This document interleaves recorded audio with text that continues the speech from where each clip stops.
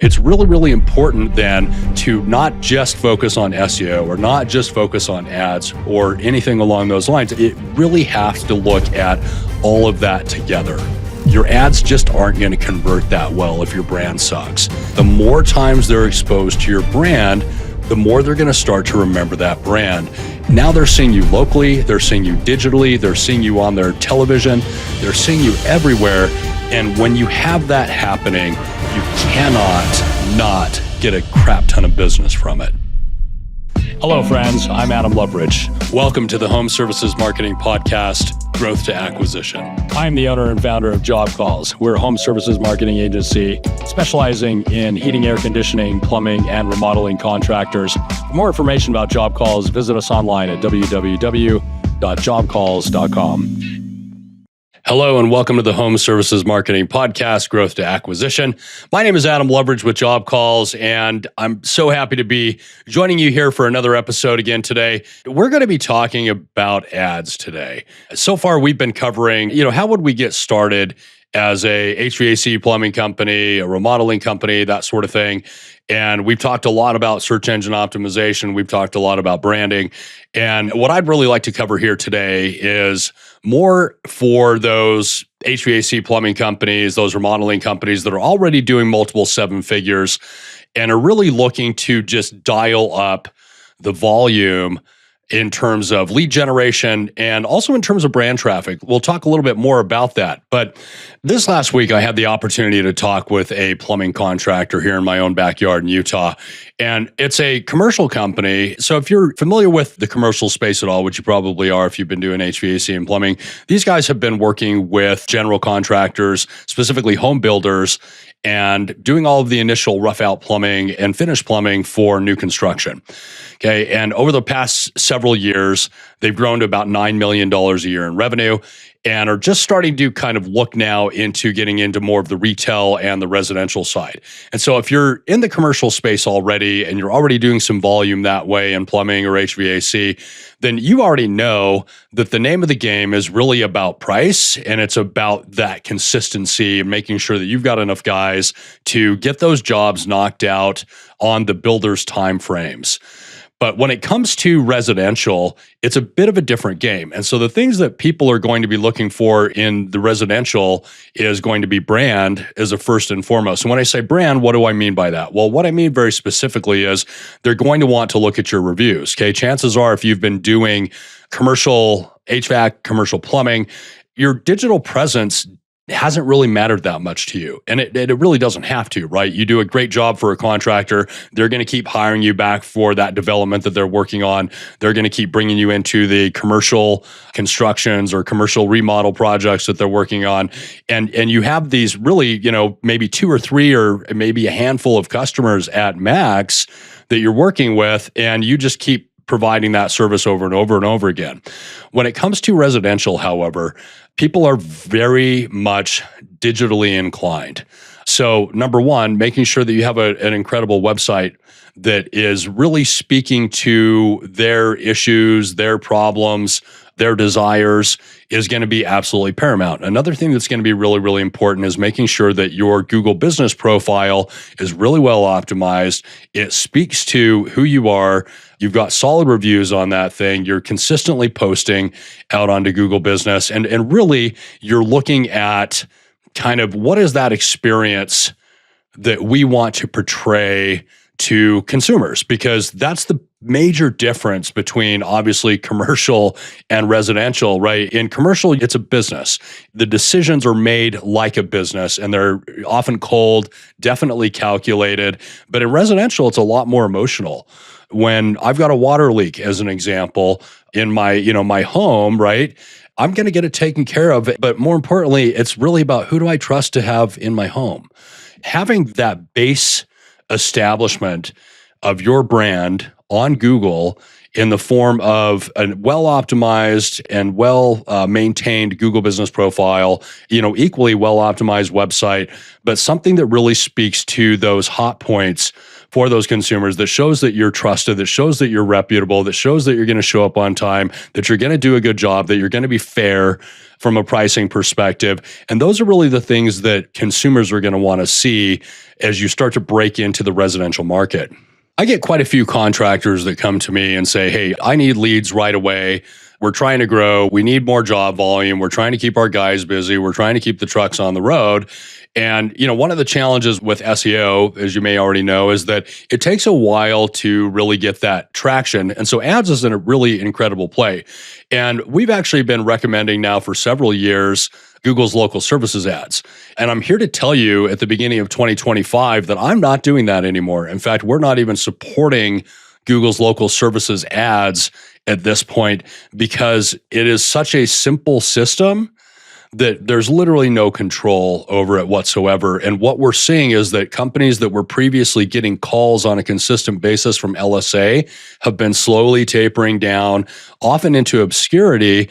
And if you're just getting into it and you're trying to use LSA as a consistent and reliable source of leads, I'm here to tell you that you're in for a very, very frustrating trial of that platform. So we are starting to now move our clients back to the traditional Google Ads platform. And what that means is that it's going to cost a little bit more in terms of click traffic. It's going to cost a little bit more in terms of, ad spend and those sorts of things.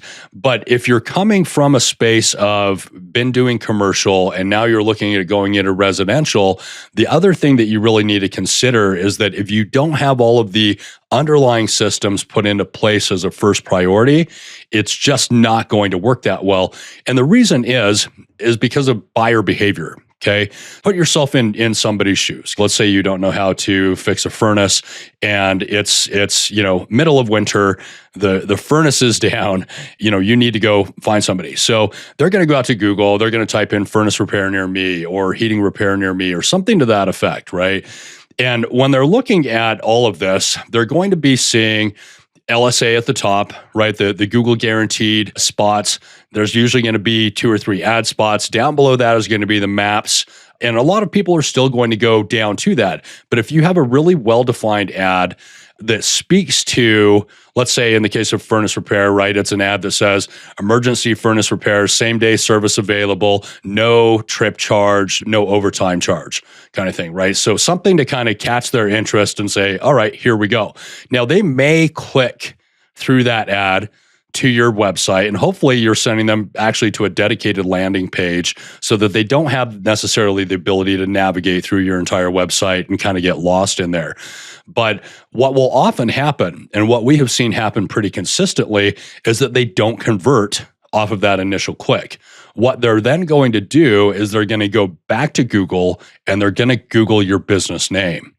And so when we start running ads for a client, and it really doesn't matter what type of ads we run, we're going to see that brand traffic start to increase. And that's why it's absolutely imperative that you have a strong presence already, digitally, because they're going to find that Google business profile when they look for you, or they're going to find that website when they look for you if you've done your job right.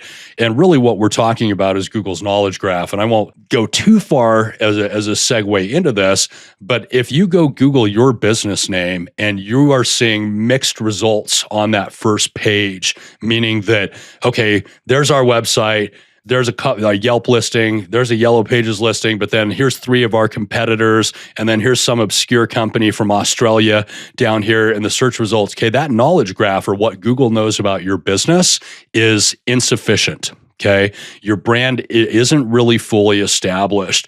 And there are certainly ways, and we do this a lot in search engine optimization, to improve that knowledge graph so that those first 2, 3, 4 pages of results, anytime somebody types in your brand name, are going to be actually your brand, right? They're going to be your website or your local listings and those sorts of things. But invariably, making sure that your brand is tight and making sure that your digital presence is tight and that you have all of those assets there that are supporting that is going to be the thing that actually converts those ads into sales.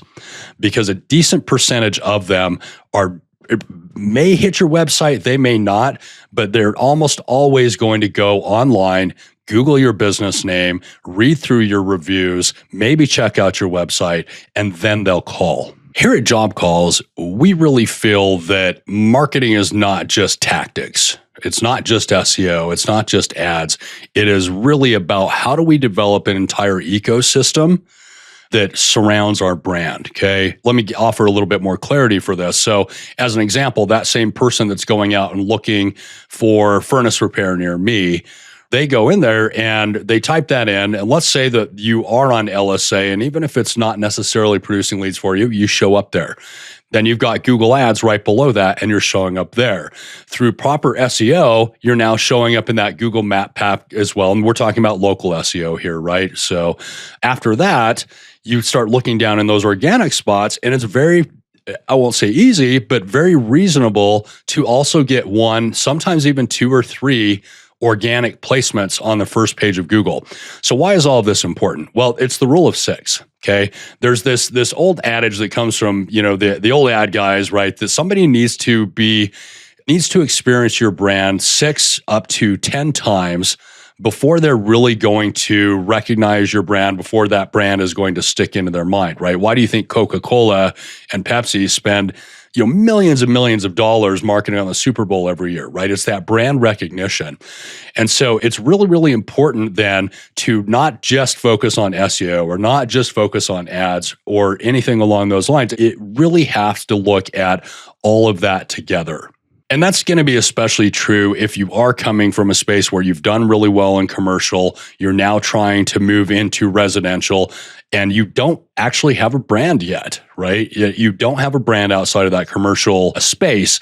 And so really the goal then is to make sure that you own as much of the real estate above the fold or even below the fold there on Google as possible. And that's why ads and SEO really do have to go hand in hand, because if not, your ads just aren't going to convert that well if your brand sucks and if you don't have that digital presence there on Google. Another thing you really want to consider if you're looking at doing ads is to not just focus on the Google ecosphere, but also to try to wrap in social media as well.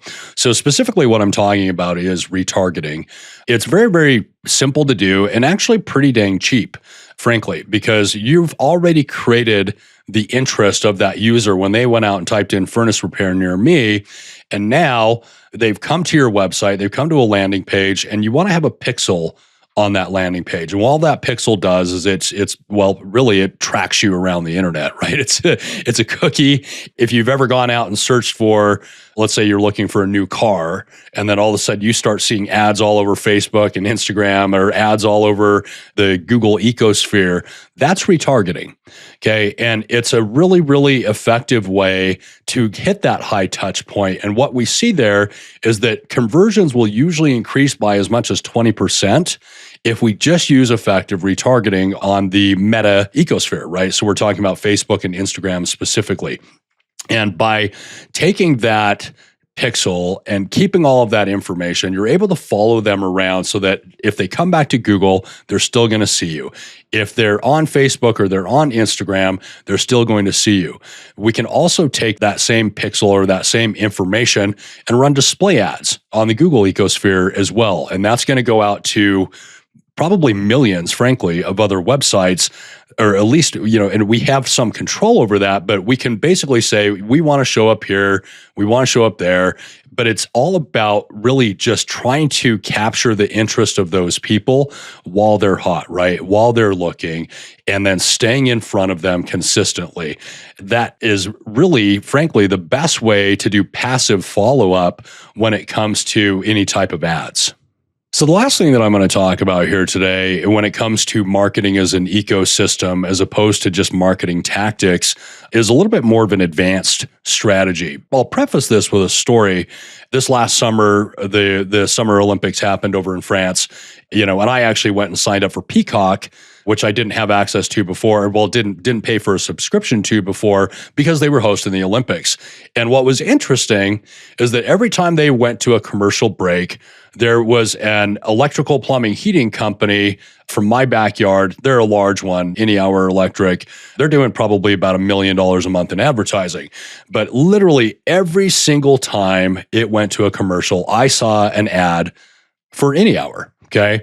And if I were in that space of looking for a plumbing company, looking for an electrician, that sort of thing, I probably would have gone out to Google and typed in the name of their company and went to their website, read through their reviews, and then maybe picked up the phone and called them or submitted a form for service or something along those lines. Okay.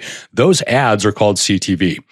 And they're just another way for companies who really want to push that growth lever in a significant way, because you can cover, frankly, so much of an audience with CTV and get really, really targeted in what that audience is. So as an example, if I want to target men between the ages of, say, 30 and 55, ESPN, AMC are going to be those types of channels that we can put them on there. And the other great thing about CTV ads is that those people have to watch them. They're a captive audience. So YouTube ads are great, but as you and I both know, we start, that ad comes up mid-video that we're trying to watch. We're counting down the 5, 4, 3, 2, 1, so we can hit skip and move on to our regular viewing. That's not possible with CTV. And then the last thing that I'll kind of throw into this too, and this is why that marketing as an ecosystem is so dang important, is because the other thing that's going to happen when you start running a bunch of CTV, and frankly, this can be done for actually less than you'd think. Okay, if you've looked at traditional television, it's tens of thousands of dollars a month to run campaigns. CTV can be done for as little as $1,500 a month in ad spend. But what's going to happen when you do Google ads or CTV or Facebook ads even, is that it's going to increase that brand traffic. And remember, from the beginning part of this, we want to make sure that we have our brand really, really tight on Google Business Profile and on our website. And the subtle thing that happens here too, and there's been this major shift when it comes to SEO as of late too, where Google is really looking a lot more at brands. And when they all of a sudden start seeing your brand traffic just shoot through the roof, right? And of course, they're tracking everything that's happening on their search engines. Then what it tells them is, hey, this is a company that's worth paying attention to, because Google has no idea if you're marketing on a billboard or if you're doing radio ads or if you're doing television ads. They only know when somebody comes to their ecosystem and types in your business name. And what I can tell you is that if all of a sudden your brand traffic starts shooting through the roof because of various ads that you're running, your local SEO, how you're ranking in maps and how you're ranking organically will also systematically improve with you doing nothing to do it. So that's the additional benefit, if you will, of playing in that bigger space of ads, right? So we've got obviously the lead generation potential with ads. We have the ability to remarket and retarget with ads. We have the ability to increase our brand traffic with ads. And ultimately, that's going to help out our search engine optimization. So really what we're trying to accomplish here by getting our brand set up correctly and running ads is to create a chain reaction. So when they see you on Google Ads, they go out and they search for your brand name. They're finding you there on Google solidly. They're finding that Google Business Profile and they're touching that asset. They're taking a look at your website. They're seeing you on social media. They're seeing you on CTV. And again, the more times they're exposed to your brand, the more they're going to start to remember that brand. And the other thing that we don't often consider about on the offline world is that if you're wrapping your trucks and you have a solid brand there on your trucks too, those are also going to get a ton of impressions out there. Now they're seeing you locally, they're seeing you digitally, they're seeing you on their television, they're seeing you everywhere. And when you have that happening, you cannot not get a crap ton of business from it. And that's really what the whole point of doing this sort of ecosystem or comprehensive marketing strategy really boils down to, is that it's all about having that digital dominance so that your brand stands out, heads and feet above everybody else. So if you're an HVAC, plumbing company, remodeling company, you're already doing at least 7 figures or higher, and something that I've said here today resonates with you in any way, I'm going to invite you to go ahead and download our 2025 Business Review Guide. Get your hands on that guide and use this to really level up your business here in 2025. I also invite you to subscribe to our newsletter at oncall.jobcalls.com. Again, my name is Adam Loveridge with Job Calls. This is the Home Services Marketing Podcast, Growth to Acquisition, and I look forward to catching you on the next one.